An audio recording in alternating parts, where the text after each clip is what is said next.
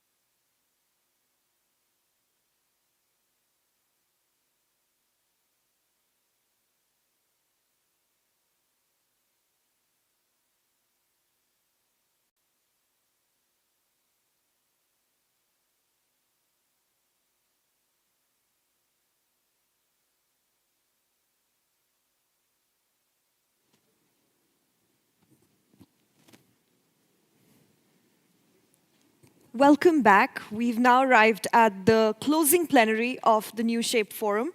This, of course, is not the end of the proceedings because after lunch we do have brainstorming session to discuss more of the ideas from the small group discussions. We also have a side event.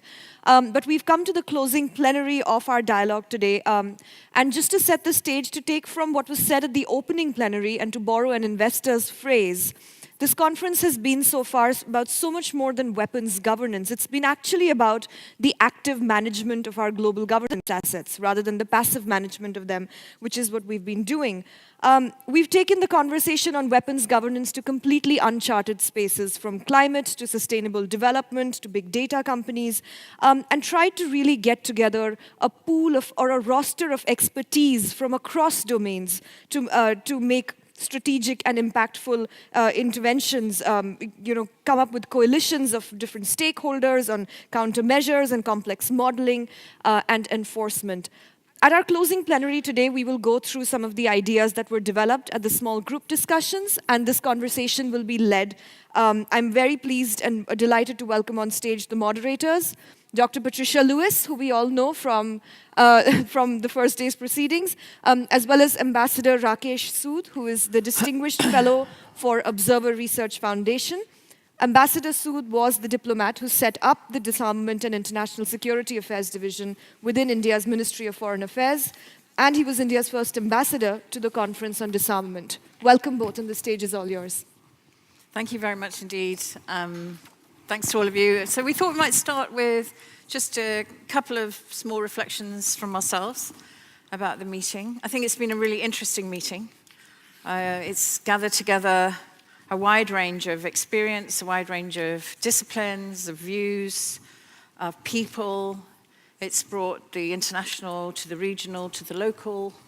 And I think everyone's been able, because of the structure of it, I think everyone's been able to have their voice heard within the meeting. I think it's been very, very useful in that regard. What about you, Rakesh? How do you feel about it? Sure, I agree with you. I think when Richard first broached the idea, we weren't very clear because while on one hand we were looking at established weapons like nuclear weapons, but on the other hand we were also looking at new technologies and how they would figure in. So in that sense, the idea of governance stories, of bringing in experiences from other new areas and how they have impacted society and what lessons do they offer us in terms of new technologies and so on, I think it's fascinating. That's been probably a very, very rewarding and rich menu to take back from. Looking at it from the viewpoint of governance as well, rather than very sort of legalistic approaches or just soft law approaches or so on. It's just having that whole mix in there and trying to find things that actually work, I think is the critical thing. So what we're going to do now is we're going to interrogate one by one the rapporteurs from the breakout sessions. So what that means is they're going to do a presentation of their discussion for about 5 minutes or so, and then we're going to just ask them a few questions. And then at the end of that, we're going to sort of open up to a broader discussion in the room. So if we could have the rapporteur from Group 1, which I think is the man himself, Richard Linnane, that would be great.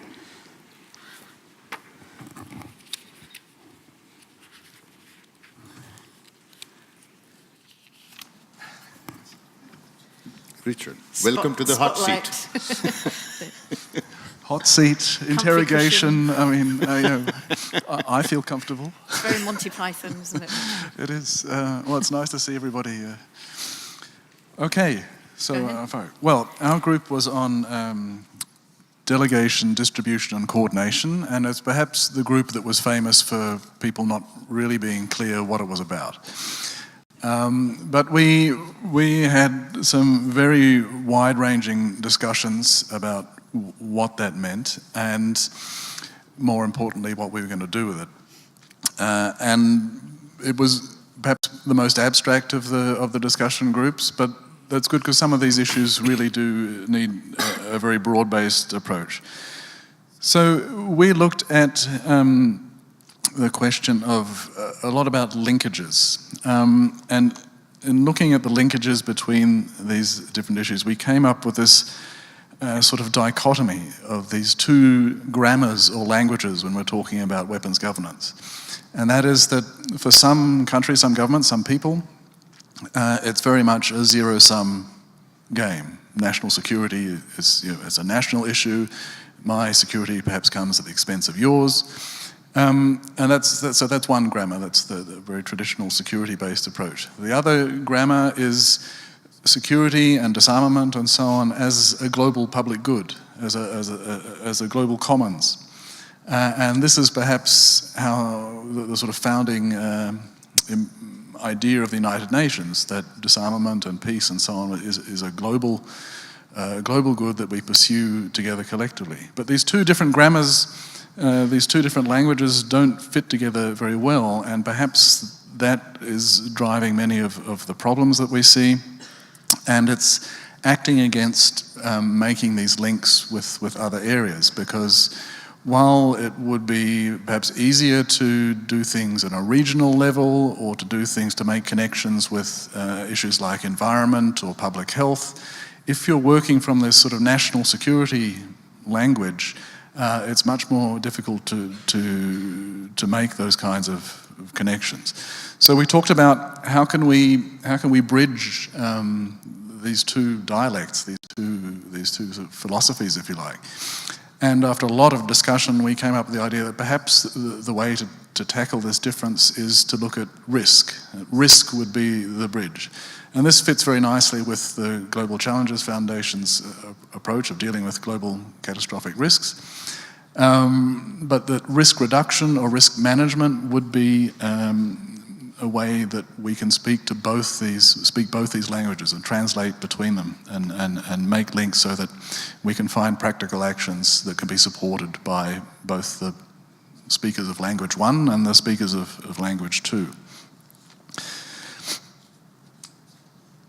What exactly would we do then to do that? Well, one idea is it is a research question. That is, this is something that researchers and academics could take up, is looking at techniques to deal with risk and to sell these, if you like, to the two camps. Then we also had some more practical examples of things that are actually being done now, and Andy Webber kindly shared the work of his organisation on building track 2 dialogue and discussions between the big nuclear-armed states, for example, on reducing nuclear risk, focusing on very specific areas, specific types of weapons that they think pose the greatest concern.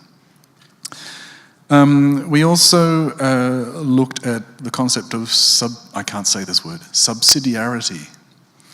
That is, actions being taken other than at the national or top level or the global level. One quite fruitful line of discussion we had was looking at the prospect for regional action. How can we get regional organisations more involved? And importantly, can regional action be a bridge to making these better links at the global level? So can you, by sort of delegating things down from the global level to the regions, can you deal with things there and then bring them back up? Like many, I think we had this discussion of, do we need the Greta? Who is the Greta Thunberg for disarmament? There are different views on that, but there was a very good metaphor that came up saying, these sort of high-level things. Another question was, why isn't there a big global conference on disarmament or weapons governance like we see in climate change and health and so on? And the answer to both these questions is, well, you can't just have the tip of the iceberg. You need to have the big part of the iceberg that's under the water. You need to build that up first before then you're in a position to be ready to take advantage when Greta appears. Or you want to convene a conference. And we thought that regional activities would be a good way to prepare for that. It would be a good way to bring, to try and make these links with issues like environment and public health. It may be easier to do that through regional organisations than at the global level. Patricia, in fact, came up with the idea of one way of starting this would be to use the annual meeting of nuclear weapon-free zones as a way to kick off a regional-based discussion or series of regionally based discussions on disarmament more broadly. There was one other specific thing we did discuss was the role of finance. As some of you know, we did originally have a separate discussion group planned for finance, but had to be cancelled. There, again, there's obviously some very specific things that can be done, and one particular idea that came out was looking not just at capital flows and investments, but also at loans. So using, working with banks to use the availability of lending to influence decisions on weapons governance. I think that's about it. It was a very wide-ranging discussion. I can't do it justice in 5 minutes, but if there are any particular questions, I'll do my best to answer them. Thanks, Richard. I was very drawn to the idea of regional action to global action. And one of the things that I've heard about in the conference and also in the few minutes that I was popping into here, the group discussion, was the issue of ownership. And we heard Lema yesterday talk about the issues at the grassroots level and how important it is to engage at that level. But there's always this feeling, isn't there, that somehow there's a level, there's a hierarchy, that we have to go to the grassroots, then up to the regional, and then up to the global. Is this going to create the feeling of ownership, do you think, or is there a better way that we could think about this? We did discuss pretty much exactly that question, because one of the things that came up is, at the grassroots level, or looking at younger people, for example, why aren't they interested in disarmament and international security? And someone pointed out, well, they're interested in social justice, they're interested in the environment, and they're interested in jobs. This is key concerns for everybody. How can we make these kinds of issues relevant to them? But we thought it has to go both ways. I mean, education was something we'd also discussed, I should have mentioned before. So we should do more on education on these kinds of issues, disarmament, weapons governance. But there's a very good quote, if I can find it, that education without action falls flat. And it's no good educating and raising awareness of people if you're not also developing channels for them to sort of act on that, use that knowledge. So we thought it had to go all ways. It's not just sort of going from global to regional to local. It also has to go local, regional, global, and back and forth. And by slowly building a bigger sort of body of both knowledge and of interest in action that we're going to get anywhere. I like the idea that you started with, the idea of changing of the two grammars of security having been seen as a zero-sum game and converting it to a global commons. So we see it, and then you said that risk management or risk reduction is perhaps the bridge which we can use. But here, I mean, I don't know, and maybe later on we can dwell a little bit on it, but the thought that comes to me is that risk from established weapons, say nuclear weapons, which have been around for more than 70 years, is a more easily quantifiable, understandable risk. Lots of people have written about it, nuclear winter, etc., etc. On the other hand, when you look at new technologies, you actually don't really know how you're going to quantify or manage, because you can't describe the risks. I mean, we were in one of the groups, we were having a discussion that in 1990s, how would you have looked at the internet? How would you have looked at Google? Would you have described it as something risky, or would you have described it as something worth pursuing? So, I mean, and this is 1990s. I mean, even today we have difficulties in coming to a definition of risk with some of these new technologies. But it would be interesting. I don't know if you had any discussions along these lines. We did. I mean, one of the things that came up a couple of times was the problem of, I guess the best expression of it is complacency which is in itself a risk, but that the risks go distant. And as it was pointed out in our group, there are now many people. It's only the older generation who remember, for example, the Cuban Missile Crisis and how very close we came to global catastrophe, and that because somebody sort of said jokingly, like we should have an accident every 5 years just to keep people reminded. But that's it. That you do have this problem of gradually growing complacency. So I think perhaps it's in our group we thought that it wasn't the case that the risks of nuclear weapons, for example, are very well understood. That the understanding gradually decreases over time as we get further away from the bad things that have happened. And so it's really quite a similar situation. It's a largely unknown risk with nuclear weapons, and we have, as you say, Rakesh, all these new threats and developments and inventions, technology coming where we really don't have a way to categorize the risk at all yet. Thank you. Thank you.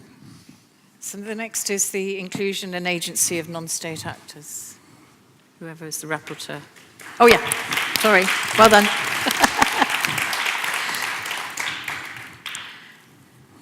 Who's the rapporteur for Group 2? Great.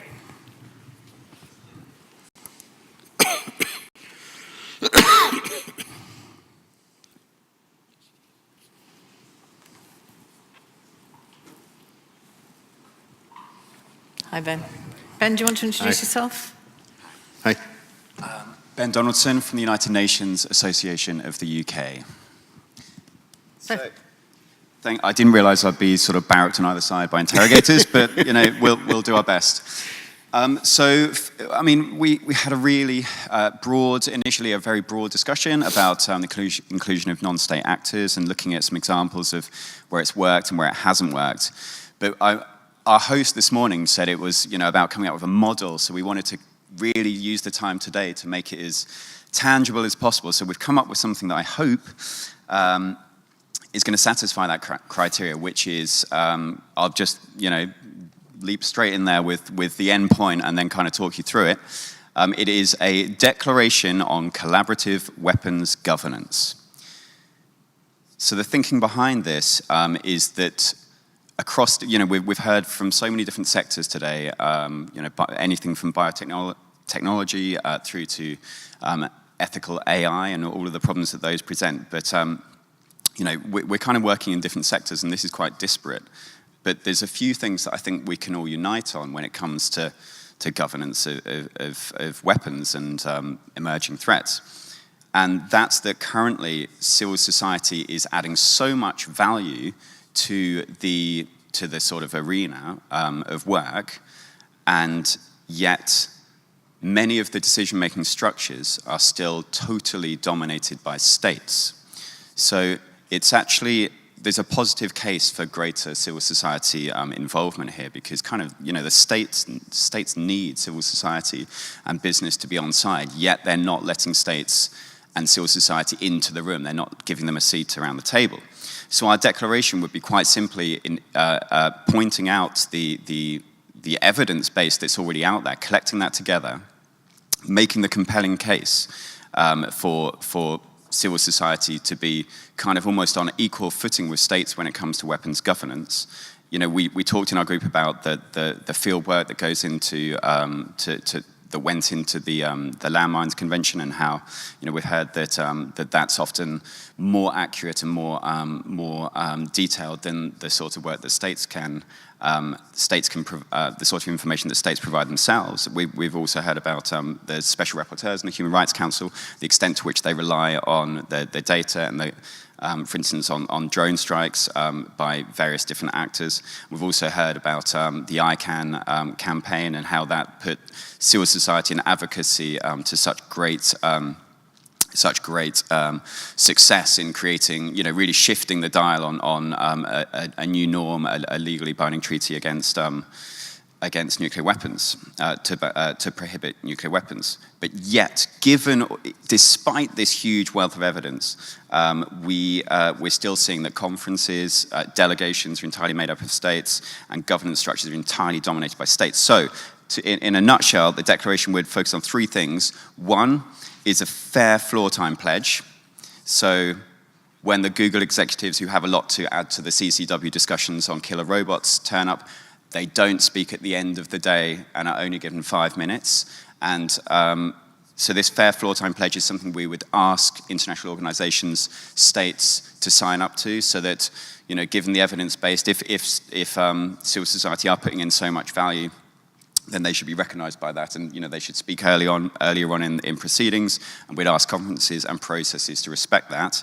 The second one is asking states to fill their delegations not just up of diplomats, but actually of businesses, of civil society, and of academics who have something to add. So that spirit of collaboration. We looked at the example of the ILO, which already has a tripartite system of governance with businesses, with workers, and with governments all joining their delegations. And then the big bang sort of endpoint for the declaration is a new model for collaborative weapons governance. And this would actually be, I mean, it would probably be a series of individual campaigns looking at different processes and different structures, but it would be asking for a seat at the decision-making table intrinsically built into the makeup of each organization. You know, you see member states defining the direction that UN organizations and other global governance organizations take. We would actually want a civil society seat at that table. So I don't know what the split would be, but, you know, it would be different for different organizations. And so that's the principle of the Declaration on Collaborative Weapons Governance. We also talked about a few principles for how to get there. There's a lot we can learn from different civil society campaigns. I can quickly whiz through them very quickly. So it's, first of all, it's around the idea of not tackling problems head-on necessarily. There's often a way around the problem that you need to think creatively about. Second, finding your champion countries. It's very rare to have a big global governance initiative take off without having some countries on side. Thirdly, single-issue campaigns can be really useful. So it could be that this could be, you know, split up into different chunks, and sort of you'd have a campaign for the fair floor time pledge, and take that forward, because that's something that you could really unite a lot of the grievances of civil society under that banner, and yet those civil society organizations could continue their existing work streams, and, you know, just keep zeroing in on a single issue can be useful for that. For decentralization, so if you are going to take up this cause, you need, it's such a big thing that you're going to need to be decentralized, and you're going to need to be self-organizing in the way that different things will work in different regions, and you wouldn't want to sort of presume to know how to campaign and how to sort of get change in different regions. So the idea of it would need to be self-organizing. Lastly, penultimately, humanitarian is a good way in terms of it can be less politicized, and we've seen from the history of the humanitarian disarmament movement that that's a great way to get traction based on real sort of human stories, and the actual harm that these weapons could either do pose or could pose in the future. And lastly, it's the Nike principle: don't ask for permission, just do it. Here we go. Okay. I mean, clarion call. But, I mean, how do you get about getting a seat at the decision-making table? I mean, let's see, there would be a number of people here, delegates from the Conference on Disarmament. So you have, what, 65 countries? So, I mean, practically speaking, what would you say? You've got 192 countries in the UNGA. I mean, practically speaking, what would you say? Expand it to give 60 more? Or secondly, when you talk of civil society, I mean, who organizes civil society? Well, countries, so China will send its own civil society representatives, Russia will send its own, Britain will send its own, and so on. But champion country, which champion? I mean, did you have, I'm sure you would have had a discussion on what champion. I'd be glad to hear about what's the kind of champions you're looking at for spearheading an initiative like this. Well, there's some real details there. I thought I'd give my pitch, and then that would be it. Detail is what we want, Ben. So in terms of the conference on disarmament's a funny one, because obviously it's been moribund for so long. States haven't managed to get it going. So this is something that has failed at every other level.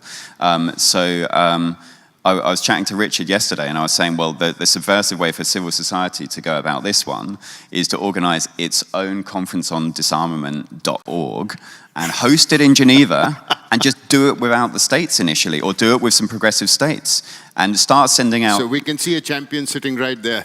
We've got our platform right here, the Geneva platform. Okay. And just have some fun with it, because it's something that needs some playfulness added to it. That particular question is such a hard question.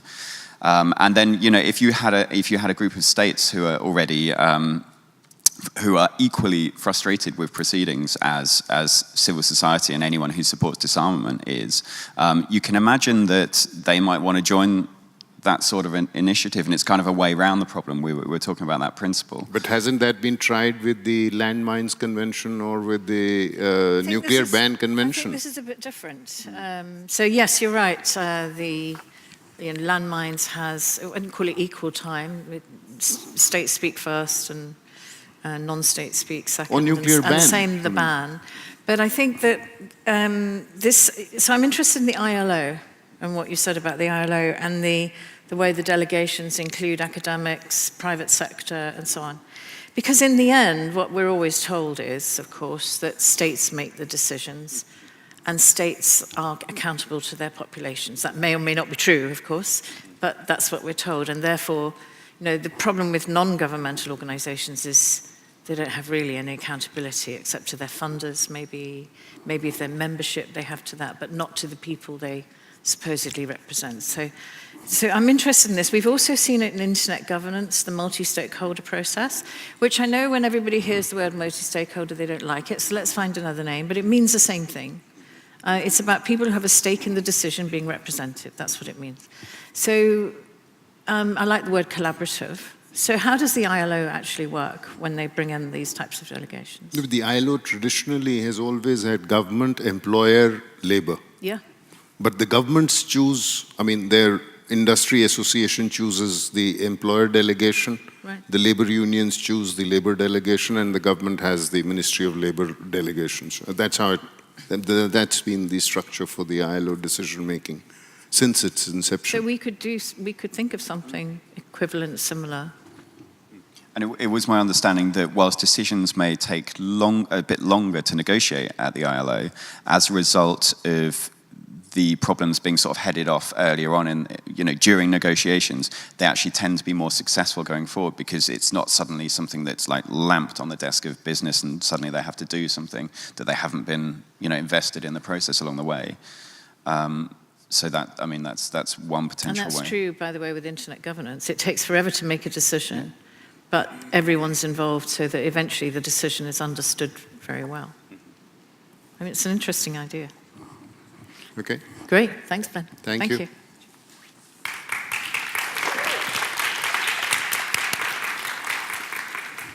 So now group 3, the data and monitoring group.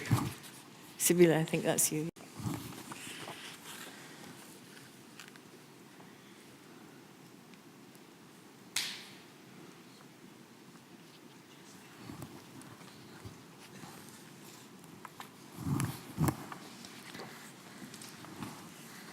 Do you want to introduce yourself, Sibylle? Yes, sure, happy to do that. My name is Sibylle Bauer. I'm from SIPRI, the Stockholm International Peace Research Institute, where I'm Director of Studies for Armament Disarmament. And I would like to start by thanking the group for everybody's very active participation. And I'd also like to thank Ruben, who was a note-taker. And sorry to put you a bit on the spot, but you introduced yourself as just a student, and I sort of reacted to that. Because we talk a lot here about next generation and bringing in new Greta, which means we actually need to give some space and actually also airtime maybe in future to younger people. I'm sure they have some great ideas about weapons governance and how we could be taking that forward. And I'd also like to thank James Revel from Unidia, who brilliantly produced the summary of yesterday's discussion to make sure that we could actually build on that for today, and also helped me to put together the recommendations that we came up with. So the brief from the organizers was to be very concrete and very specific. So we came up with 2 very concrete ideas to take forward. The first one based on the assumption that data are an essential part of governance. So the first step is to know what to govern and to map data that would be useful to have for weapons governance. So the first step would be to identify what's there and what's not there, what are the gaps, and why. Is that for national security reasons, for commercial confidentiality, because there's a lack of capacity, and so on and so forth. And we had a discussion about what kind of data are there, breaking it down by the weapons types. So starting with the conventional weapons, there's quite a bit on weapons trade, but not everything. There's less on acquisition, on possession, and on the use of weapons. We also had a discussion that it would be good to have more disaggregated data on military spending, in particular with regards to how the government spends on research and technology. And moving on from conventional weapons, how can we capture what's happening in emerging technologies and also with non-conventional arms, nuclear, biological, chemical? There we thought it would need to be much broader. So areas and potential data areas to look at would be defense research funding, personnel, facilities, oversight mechanisms, research trends looking at publications, so bibliometrics, investment flows, and also patent data. And what was also quite interesting is that we thought we learned a lot from what was happening in the biofield. So the biofield seems more advanced in terms of looking at trends in emerging tech, which is not so much happening in the nuclear area, where a lot of the data we have is much more focused on quantitative, not so much qualitative, and how it links to emerging technology trends.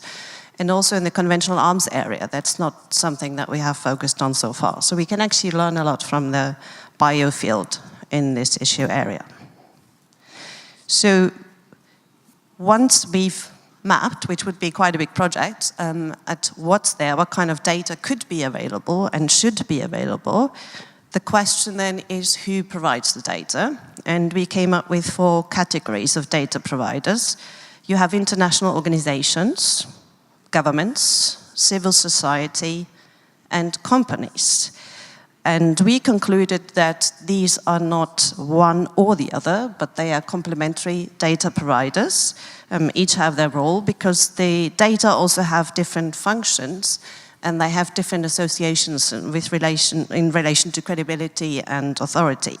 So it depends on if you want to use data to inform decision makers, use data to inform investors so they can make better decisions or informed decisions, to hold governments to account for their actions, or to identify new risks. And we also had a discussion about the way data are presented, so giving thought to the formatting, the presentation, and making them user-friendly and accessible. And we also had a discussion about capacity. So some data are not available because governments don't have the capacity or because research organizations don't have the capacity to do that. So it's also about resource allocation. And we discussed the target audience, to what extent you need to have in mind who actually wants to use the data for what purpose. So you can reverse engineer what kind of data you want to produce. Then moving on to the second specific recommendation, that was on company reporting. And we talked about 2 ways. One about having more data available by asking companies to provide them, and the second to increase the responsibility of companies as a part of governance. So one idea was that there could be an obligation or a sort of code of conduct with principles and that ask governments to conduct risk assessments for technologies that they produce and have a system in place to look at potential uses of those technologies. And that could be connected to the SDGs, the Sustainable Development Goals, because there's a lot of momentum already ongoing with regard to sustainability reporting. So linking it specifically to that could be one way to make the most out of that momentum. And there was also a suggestion to look at Scope 3 effects. So governments would be responsible for effects of the products further downstream and apply that also to potential uses of the technology for military purposes. And we had a discussion about incentivizing divestments, so on and so forth. And again, pulling across one idea from the biofield would be to ask companies to look at reasonably foreseeable consequences. So those are the two specific ideas that we came up with. I just want to actually throw out a third one very briefly that was raised yesterday, but not today, but the person who raised them wasn't here today. It would actually be gender disaggregated data. And it makes me think about it because we don't have a full gender balance in this room, and that's actually very common in the tech world. So maybe there's something we could also give more thought to. Thanks That's a lot, it. Sibylle. Thank you very much. So what about the monitoring part? I mean, you said the data and the monitoring. Who does the monitoring? Or the range of users do their own monitoring? Very good question. We also had a discussion about that. That it's important to distinguish between the collection of the data, then you can categorize them in different ways, and the analysis of the data.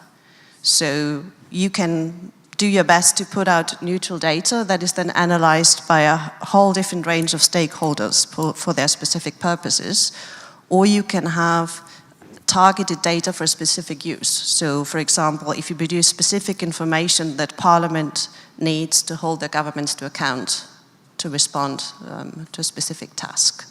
So both in our discussion had their function. So what about the biases in data collection? And Sorry? the biases, you know, we can perhaps work out what some of the biases are. You mentioned gender. We can look at, you know, other biases such as language, where we have a huge amount of information in this field in the English language. As a result, certain assumptions dominate and are not challenged, whereas we have a deficit of data in, for example, Chinese and Russian and so on. So how do we manage that? And how do you work out what the biases that you don't know about? How do you deal with those? How do you account for those? It's a really good question. We also started discussing that, and there were several ideas that came up. One of them was also not just to look at the specific data that you want to use in your methodology, but also consider data that may not be directly relevant, because it may turn out to be relevant if you're more open-minded about it and less close-minded. But also a lot of critical reflection about trying to analyze what may be the bias that has gone into your question, and being clear about the research question that you're asking, and how you use data to respond to that. And one other way that was also raised is by having different data sources and data providers, because the more you have, the more you can cross-check about the way different data sets are done. Or the more you can confirm bias. Yes. I mean, bias confirmation is one of the big problems that we have. So we think we're triangulating. We think we're cross-checking, whereas actually we're confirming bias. So it's even worse. We've done something to try to prevent bias, and we've actually increased our bias. I think one of the things, I mean, we just started discussing it. I think it's something that would be really worth taking forward also as a future process. And I think it would require having a group of very diverse stakeholders, because you need people who may actually detect bias. And if you have a group of very like-minded people, they're less likely to come up with identifying the bias. So if you have not just data providers who are concentrated in certain organizations, certain countries, certain regions, but diversify that, I think you reduce the bias. And by having explicitly groups that may be challenging certain assumptions. And also that you Gender have balance. in each you have gender balance. Yes. Otherwise you end up, as my colleague says, with a room full of very diverse men. So. Okay. Thank you, Thank Sabina. you. Thank you very much. Thank you.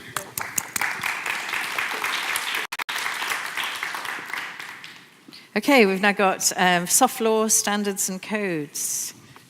Group 4. Daniel.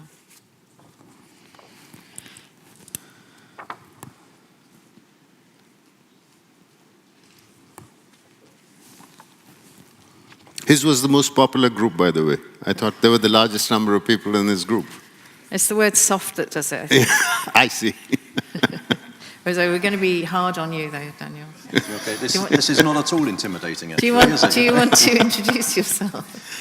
Yeah, hi, good afternoon, everyone. I'm Daniel Feeks. I'm now the head of the Implementation Support Unit for the Biological Weapons Convention, based here in the UN Office for Disarmament Affairs in Geneva. So yeah, first of all, thanks to all of the people that turned up for our group. We did have quite a few people in the room, many of whom came back today as well, so we were very pleased about that too. And also thanks to Ursula, who was taking very comprehensive notes during both days of discussion as well. So this is about soft law, standards and codes. So we spent a lot of time yesterday really getting into the subject and discussing kind of definitional issues really. Also looking at whether soft law and hard law together, whether soft law is an alternative, whether it's a complement to hard law. It was stated by some that many states actually prefer the hard law approach with legally binding instruments, compliance mechanisms, enforcement and so on. Some even see that soft law could even be a distraction from hard law as well, whereas others see soft law as a first step until the international community is actually ready to negotiate hard law through legally binding treaties. It was also pointed out that soft law can also be used to build consensus around a particular issue. And of course, then it was pointed out that there are many examples in many fields where you have both soft and hard law operating at the same time and complementing each other. We then discussed about the scope of governance, looking at like soft law for who are the actual actors involved, who are the subjects in a way of soft law. Looking at examples of soft law instruments working between states, different kinds of codes, etc. But also we spent quite a lot of time talking about soft law as a way to reach and to engage with non-state actors as well. So with the private sector, with industry, for example, with scientists, and so on as well. And also the use of soft law, particularly when talking about codes of conduct as an educational tool as well. I'll say a bit more about that in a minute. We also reflected quite a lot on the complexity of governance, particularly with regard to issues about emerging technologies. And this particularly came out, I think, when we were talking about industry and the involvement of industry, where, you can talk, and quite clearly define sort of traditional defense industry. The industries, the companies which are, identifiable companies making tangible products which are actually, in all senses of the word, weapons. Whereas nowadays, particularly in the emerging tech area, you have companies working on products, on technologies which may not be tangible. They may be dual-use products. They may not even at the moment know exactly what end uses those products or those technologies will actually be put to. They may not be apparent yet. It was, very clear from the discussions that obviously private industry should be involved in these discussions, and we talked about some examples, for example, with regard to tobacco control, for example, and the role that industry had played there. Lots of discussion. This is one of, to me at least, this was one of the key things that came out from this discussion, and something that we haven't really focused on that much in the areas that I've dealt with before, chemical and biological weapons, was about the role of financial institutions and also the role of insurance companies as well. There's been a little bit of discussion lately about insurance companies in the bio area, so that for me was something particularly interesting. We also talked about the issues of diversion, shipping, these kind of transfers and issues that are going on there. There was an example given about self-governance at the industry level when it comes to gene sequencing. Many companies that are working on synthesizing DNA have actually got together and established their own consortium to ensure that the sequences aren't given to people who may have malicious intent.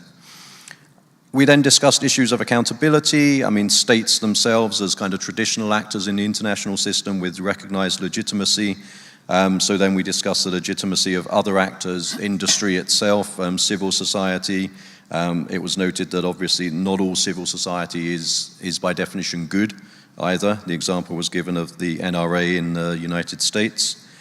Also the ambiguity as to how to engage the private sector and how to change behaviors. So, what are the ways to make companies actually change their minds, change their behaviors and practices? We talked about indices, we talked about the involvement of civil society, reputational issues, incentives, pressure from shareholders and so on. An issue that's come up before, I think, in a couple of the other groups, how to actually get involvement on this issue, how to get people to prioritize disarmament in a way that's comparable to climate emergency, particularly for younger people as well. Another one, a kind of key area, was a big discussion we had this morning about ethics as well, and the use of ethics, the use of codes and standards as a kind of teacher, as an educational tool.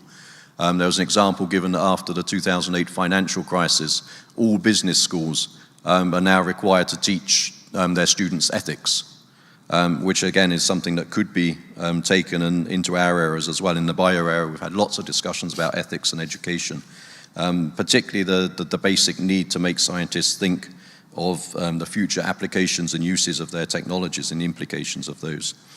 Final points. It was also stated that we don't need, in some areas, we don't need more soft law. There's already quite a lot going on, but it may need to be better articulated. And then also we had this discussion about the need for champions, this issue of discussion about we need a Greta, but also the point was made that you need these at local, national, regional and global levels, and also that the champions also need to reflect different cultures, different nationalities and everything as well. It's very hard for one individual to represent everybody. But then we also discussed institutions. It's not just about individuals, also about institutions and how that they need to walk the walk. They need to be strengthened themselves and need to be engaged with more holistically. Now, obviously, there's a lot more that we discussed. I've probably not done justice to everything that we discussed, but hopefully that gives you an idea, at least as a snapshot. And now I'm sure you're both going to ask me difficult questions. Thank you. Flinching there. Well, since you belong to the biological BWC fraternity, you also see a curious phenomena, and I wonder if you talked about it. The BWC lacks verification. There was an exercise over many years which tried to build up a verification regime, so to add on in terms of hard law, because treaty law by definition, I suppose you would classify as hard law. But then that failed, and so therefore you are left with some soft law that you mentioned dealing with today's technology. So, but when you look at soft law, because you have failed at a hard law, it has a different political connotation as compared to soft law, which you are trying to originate in issues like, say, artificial intelligence, where so far there is no framework because terms of reference haven't been fixed. So the politics of the two are very different. I don't know if that got any consideration in your group, or what you think about it. Yeah, no, we had some discussion around that, and I think you're right. We have a treaty already, the Biological Weapons Convention, which has been there for over 40 years. And as you mentioned, we had a process during the 1990s to try and strengthen that treaty through, that would have been through hard law. Whereas now we're much more, the process is much more focusing on these kind of soft law. And you can look at other elements of the BWC regime as soft law, also confidence building measures, for example. Most of the BWC regime, as it's developed, as it's evolved, is based on soft law because the treaty itself is so short. So yeah, I think the BWC is one of these areas where you have this mix, soft law and hard law working together and basically complementing each other.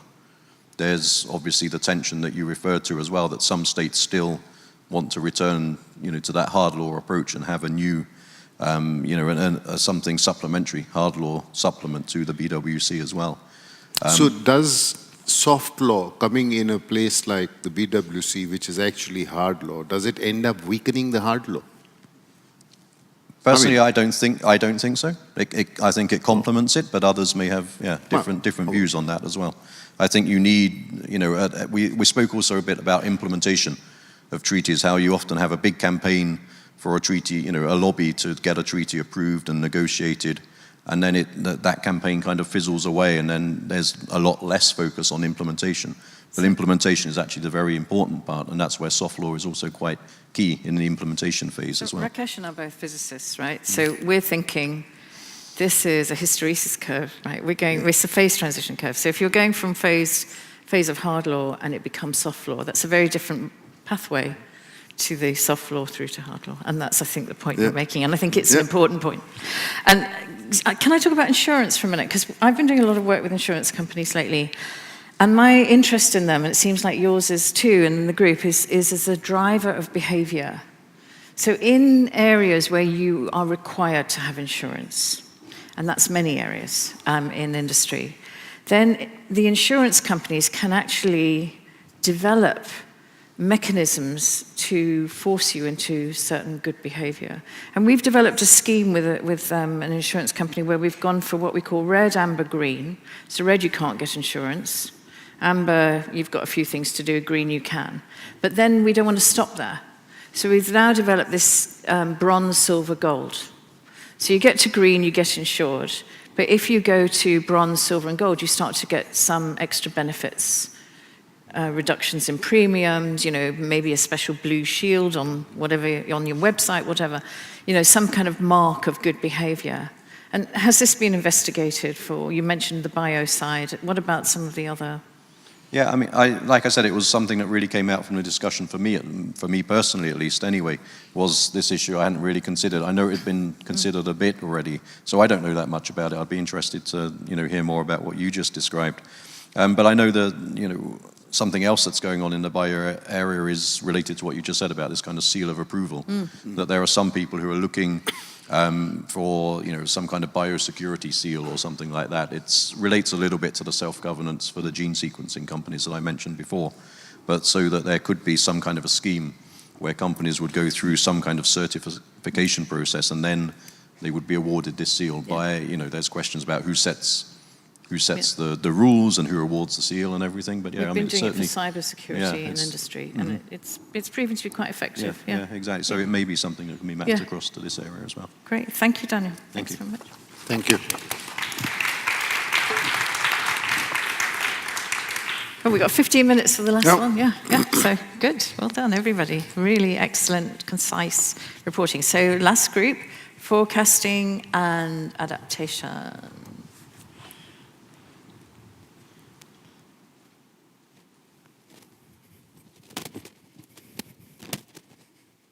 Sorry, I'm actually coming here to represent the group, not for a housekeeping announcement. No need to introduce yourself. Oh, yes. So our group on forecasting and adaptation started with identifying exactly what that meant. And so we narrowed it down to sort of three areas. One is, of course, the existing regimes and how do you strengthen their ability to better forecast and adapt to future risks. Second was to build a resilience of the international system itself, so not in the silos of the regimes as they exist, but collectively. And then in a more thematic sort of granular sense, what was the intention of doing this? It was not just to identify what the future risks are and where the evolution of weapons is going, but really to be able to map the landscape, to come up with prevention measures. How do we, already start thinking about dealing with them? How can we come up with new architectures of responding to these risks in terms of action? And how do we build compliance systems? And so this is the ecosystem of questions. When we started thinking about how to do it, there were a few questions that came up. One was, of course, any kind of future risk mapping or identification, there is this challenge of getting reliable information, and information flows are restricted in the security space, and much of it is controlled either by national defense systems with their sovereignty concerns or by non-state actors and cyber companies that can now sell to the highest bidder. There was also the question of incentivizing partnerships with the private sector, because when we talk about future risks like artificial intelligence and leaps in technology, a lot of it's the tech companies that are really holding the domain there. There was also the challenge of the decision-making architecture, because now the landscape is devolved not only to security threats or the conventionally belligerent actors, but if you have, the mercenary cyber hacker, how do we enforce, and what is the decision-making architecture there? So we came up with a model, actually, in terms of a concrete solution. For strengthening regimes, of course, there are processes that can be built into regimes, and there's also, as the previous group discussed, a space for a new law, new terms of reference, as you said, for AI and other risks. But we also saw there was an opportunity for the international community to organize itself in a similar pattern to the IPCC. So what in our group, of course this idea is not attributable to me, it's attributable to the group, a sort of intergovernmental process or panel on weapons governance. And again, the first question that arises is, we don't really need another body or another system. There's so many of them already, but we also come with a strong justification for why we need a body or a process like this. Firstly, because we see that climate action has benefited a lot from having a technical, scientific expert group that stands in isolation, not in isolation, but complementary to the diplomatic and politically challenging processes. So maybe we need some, a holder of knowledge that's going to really process information that's out there and be the scientific authority and expert on what this landscape looks like. This would also be different from current regimes because it would bring the entire conversation together in an integrated manner. It would also actively seek out a phrase that we dislike very much, multi-stakeholder engagement, but it will be a process not only of governments, but of stakeholders at every level. Maybe the ILO is a good way to look at it, but also the IPCC. It would build capacities not only for future risks, but also of building the capacities of stakeholders on the ground. So in an active conflict situation, a challenge that regimes face is how do you, get knowledge about the evolving threats or the flow of weapons to build the capacity of those stakeholders. It would also, and finally, it would undertake public advocacy because, again, the climate action has benefited a lot from being able to just put the data out there so that the public can put pressure on governments. So, that's in a nutshell our argument, an IPWG to take up the work of It's a brilliant idea. Absolutely brilliant idea. But some governments hate the IPCC, right? Yeah, that's true. Yes. So how do we get over that? How do we kind of do it so that they don't realize that we don't call it the IPCC for weapons governance, obviously. What else do we do? So we did, again, one of the justifications for doing, setting up a scientific body was to complement the works that governments are doing. One of the discussions we had is that national defense architecture is actually doing a great job to a certain extent, defending their populations against WMD, for instance. And so the justification really would be to add value to the work that the governments are doing. So this is not, unlike a purely UN kind of multilateral setup, which is just a talking shop for governments, and unlike a civil society effort, which is just advocacy and sometimes can ignore the self-interest of governments, this would be somewhere in the middle. So it's not, it's not like it's not an NGO that's standing from the outside and, marching against nuclear weapons, and it's not a governmental body either, but it would have, it would add value to the work of both of those pillars. So, did you give any thought as to whether something like this, whether it would deal with existing threats like nuclear weapons?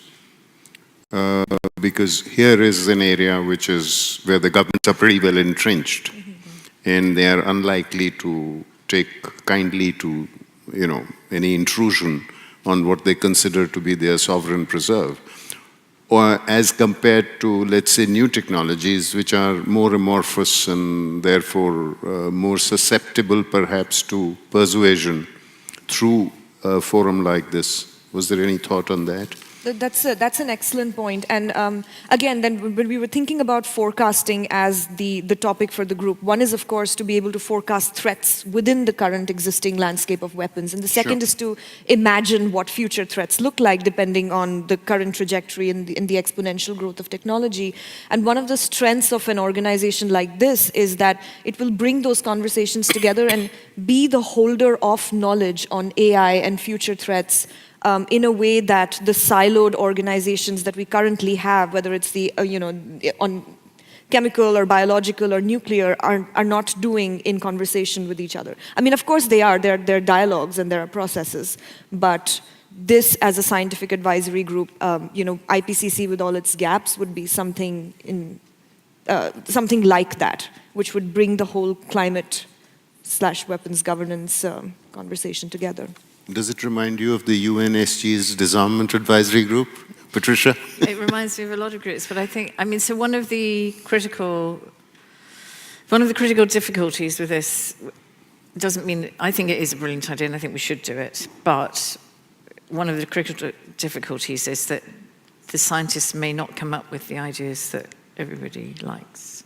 And we've seen some scientific bodies come up with quite different outcomes from what the disarmament community would like. So there are we need to think all of that through, but the most important thing is with the IPCC is that it is independent and it does come out with things. It's not in the pocket of the activists, it's not in the pocket of government. That's the critical thing. And so if we can do that, that could work really well. But it might not come out with what the activists want always. That's true. That's a balance that's tricky. But if we can do it, it's great. In some ways, it kind of links up with the working group 2 that Ben had, where he was talking of a declaration. And so, did you also talk of champion countries to, take this idea of an IPCC clone forward? We did have a discussion on exactly where this process would be pushed from, and of course, you need champion countries to give it form if it's going to be an intergovernmental process. But the very fact that I think the origin point of this would be to get the technical experts together, and then whoever is willing to listen and offer the organization the independence that it needs would be the champion country. But we didn't discuss who those champions might be. Okay. So we've got 5 minutes left for questions. That's all. That's not very good, is it? 10 minutes or something. 10 minutes maybe. What do you think? How hungry are people? Shall I return to my? Stay. Okay. Otherwise, we've got a weird gap. Okay. So, anybody like to take the floor, add something, challenge something, disagree with something? Suggest more ideas. Richard. Thanks to everyone who presented and to the moderators for their probing interrogation. But there's some really good ideas coming out here, and I'll be very excited to work with our colleagues at the Global Challenges Foundation to think about how we can take them forward, and that's indeed a topic for those who want to stay for the brainstorming this afternoon. We can discuss that. But with all of these, it's the question that always comes up to my mind is, how do you get them started? I mean, who's going to lead this? Who's going to take the first step? What forum can we use to get this moving? Because I've been to all kinds of conferences and meetings, and people come up with great ideas quite often, and everyone gets a bit excited for a while, but then nothing really gets off the ground. Clearly, you need funding, you need political commitment from at least a few governments. You need a reasonably coherent idea to start with everyone involved having the same goals, or at least compatible goals. So, I mean, I'm not expecting you to answer this now, but maybe this is something we can discuss in the brainstorming session this afternoon, is okay, how to actually get these things off the ground. Thanks. Yeah. So can I just check, Richard, because a number of people have asked me and I haven't known the answer. For the 2 o'clock extra brainstorming session, is that open to everybody? Yes, that is open to everybody. It's voluntary. This wasn't voluntary, by the way. This was compulsory. This part was compulsory. No, this when we designed the program, we understood that a lot of people would have planes to catch or things they needed to attend to in the afternoon, so we didn't want to make people feel obliged to stay all day. But for those who are here and available and interested in exploring how we can take these ideas further, please do join us at 2 o'clock in room 18, because we'll see how many of us there are, and then we will see what we can do. It's open to everyone, yes. Yeah, I think. Yes, thank you very much for the presentations. I think it's really interesting ideas, and not the least the last one with having some sort of weapons governance like the IPCC. I was also partly in that group, but to make it even more difficult that we can take with us and perhaps not solve here.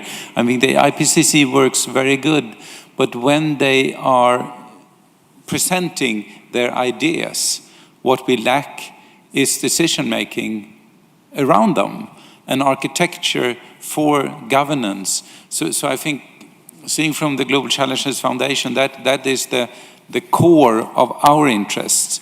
But of course, we need to build all the steps there that we are discussing here on how to collect data, how to form the society, how to have an IPCC-like body that could point out the risks. But then the very hard questions remain on, do we have an architecture that could take effective decisions on these risks that are identified? Want to answer that? Any thoughts? Yes, that's true, because ultimately the IPCC generates a whole amount of data, information, analysis, but then it falls to the governments to take a decision on climate change, on limits, and so on and so on. So, although, you know, the COPs are very multi-stakeholder, aren't they? I mean, everybody's there, everybody's engaged. And climate activists within their countries are very engaged with government. So if there's anything we can take from that, I think that might work quite well. Not least of which is the energy and enthusiasm within that. in one of the groups, I think I heard a phrase called intersecting networks. So I forget which group it was, but I mean, you know, this is a little bit like that. Different networks, they intersect along areas. So we have Raji, and then Susie, and then Hillary. Yeah. Raji, do you want to introduce yourself as well, in case people don't? Yeah. Hi, I'm Raji Rajagopalan. I'm a distinguished fellow, and I head the Nuclear and Space Policy Initiative at the Observer Research Foundation. So the question, I think a couple of different discussions focused on having scientific and other kind of steering groups to put together, bring back the discussions to focus. But I think in the recent, at least a decade or so, the main problems have been political in nature.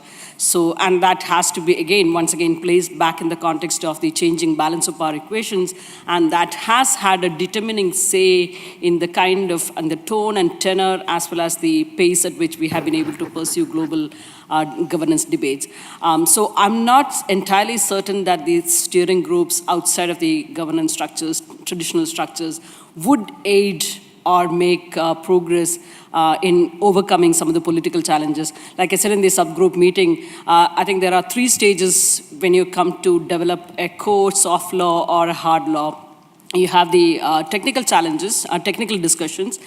Then you have the legal debates as to what the states are committing themselves to. And then finally comes the political issues. And I think in the current circumstances especially, the political issues are the most important ones, determining a country's agreement to a particular future path and so on and so forth. So steering groups or the civil society groups all are important, but at the same time, do they actually give traction to the political challenge, or at least give way, some sort of allow for making progress in the way of getting over the political issues. I think that's been my troubling issue for quite some time now, dealing with some of the global governance debates. Thank you.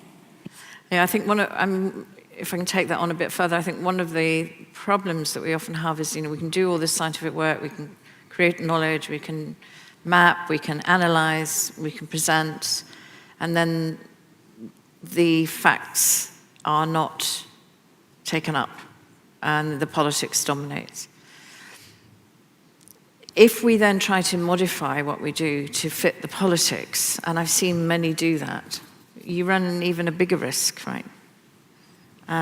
You start to become essentially co-opted into that frame of thinking. And I think I've seen that happen with a number of non-governmental organizations in, for example, the US, where they're more or less a mouthpiece for the government at many stages, as opposed to an independent body.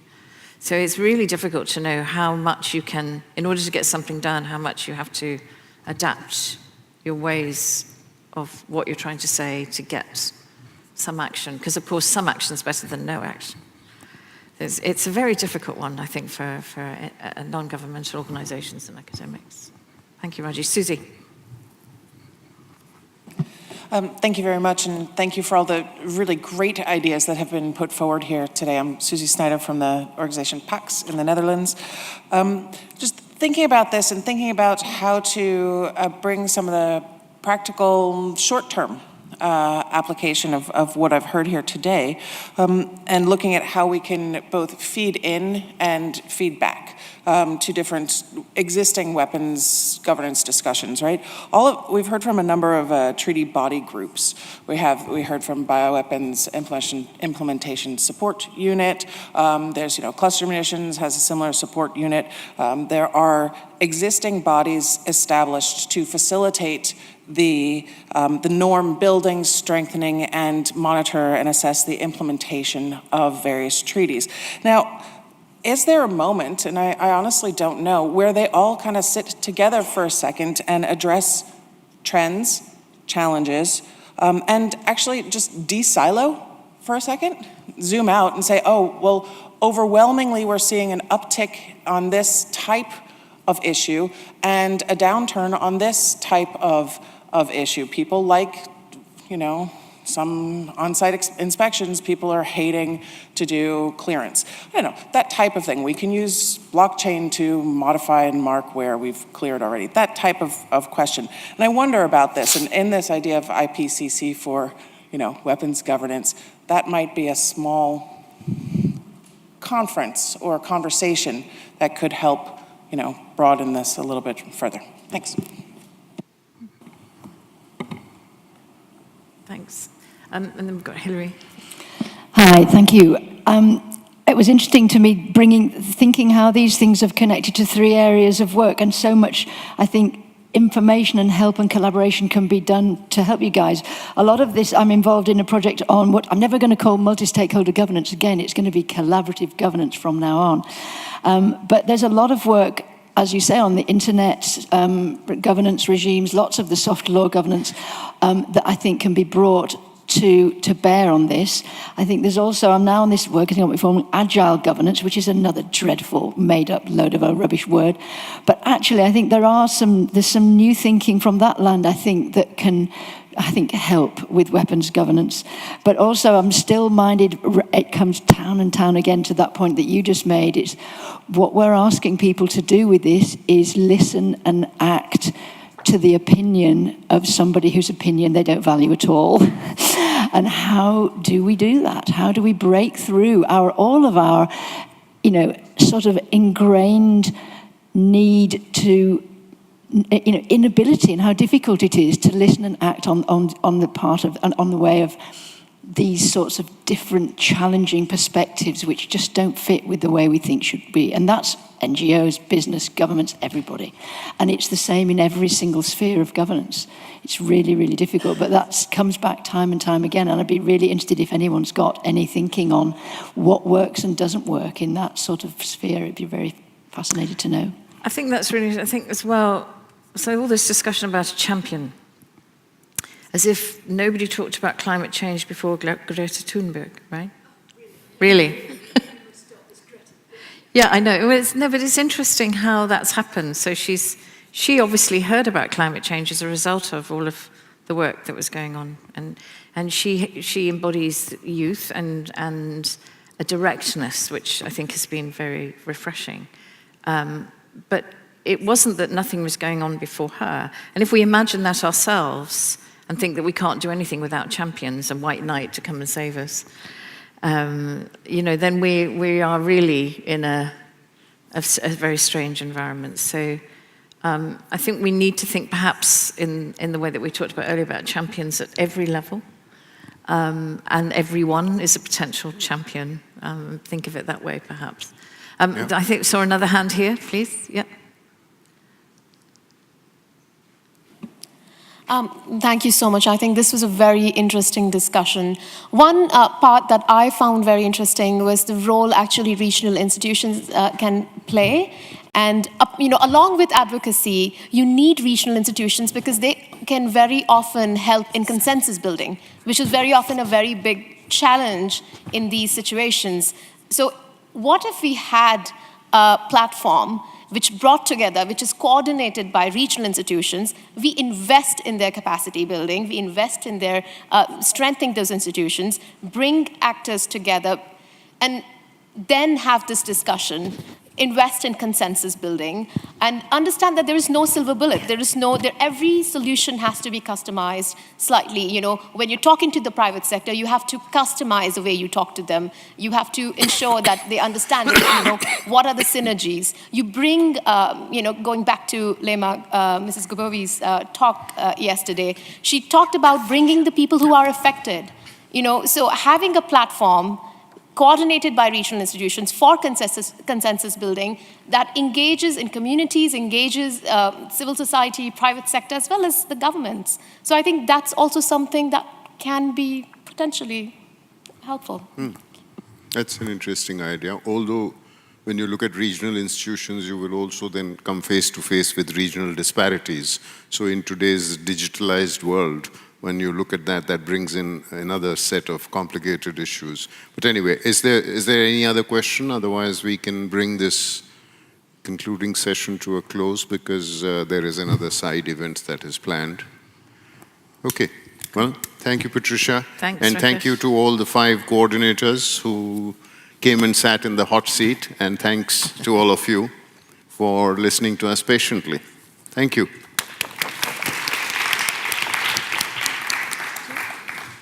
Thank you very much, Ambassador Sood and Dr. Lewis. There is a side session that begins now in rooms 7 and 8 on the humanitarian aspects of this conversation. So we have to wrap this up very quickly. I'm going to leave the stage with Richard and Jens, who will make some closing remarks before we break. And then we also have lunch now, and brainstorming starts at 2. Sorry, I just ran through those announcements. Yeah. Thanks, Nabila. Thank you all. We'll keep this very short because there's a side event starting right now, essentially, upstairs. Please do look in at that. It's on the intersection of human rights and weapons issues. But this is the end of the formal part of this conference, this New Shape Forum. So I just wanted to thank you on behalf of the Geneva Disarmament Platform for participating. Thank you especially to our moderators and facilitators and chairs, and to Nabila, who's done a great job as MC. I personally found it fascinating, some of the ideas that have come up and some of the discussions we've had, so thank you very much for contributing to that. There will be more. Please join us if you can for the brainstorming this afternoon, and you'll be hearing from us on next steps. And let me hand over to Jens. Yes. Thank you very much, and thanks for good cooperation. This is the second New Shape Forum that we are actually arranging, and yet let me say a little bit about the outcome of the first one. What that gave us was a lot of partnerships that is now working out there, and maybe you also want to partner up with some of them. And I just wanted to introduce to you some of our partners that works, and one of them we saw here on stage, that's Ben Donaldson from Together First. It's not Sweden first, not Switzerland first, but Together First. And that will be a dialogue globally on reform ideas up to UN 75, and also perhaps turning into a campaign. Yeah, we know you, Ben, from now. And another thing that I would like to present to you is that we also are working with a more radical, holistic idea. And that is an idea that is carried out by Maya Groff and Augusto Lopez. But could you rise if you may, because that idea is also on our web page. And if you have critical ideas or anything about that idea, please use our web page and return to us and to them. I also wanted to, of course, there's so many people we work with, but we also have a global policy dialogue that is going on also up to UN 25. And here's an important partner, and that's Richard Poncio from the Stimson Center. And there are other stakeholders in that dialogue, and that will continue. And you will, in Stimson Center's homepage, you can see where we meet and what we discuss, and you can also be a part of that discussion. I also would like to say from the GCF point of view that we will carry on this, and especially together with Sofia Norberg and Magnus Giborn, we will take up ideas from this conference to see what will be the new partnerships.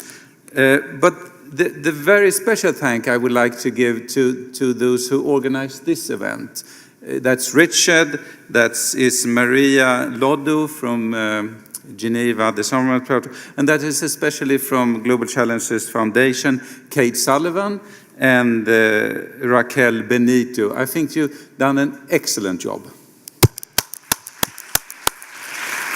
And for many years I worked with and as moderator, and I'm so happy that we had the possibility to work with you, Nabila Yomshed, as a very good moderator and facilitator. Thank you very much.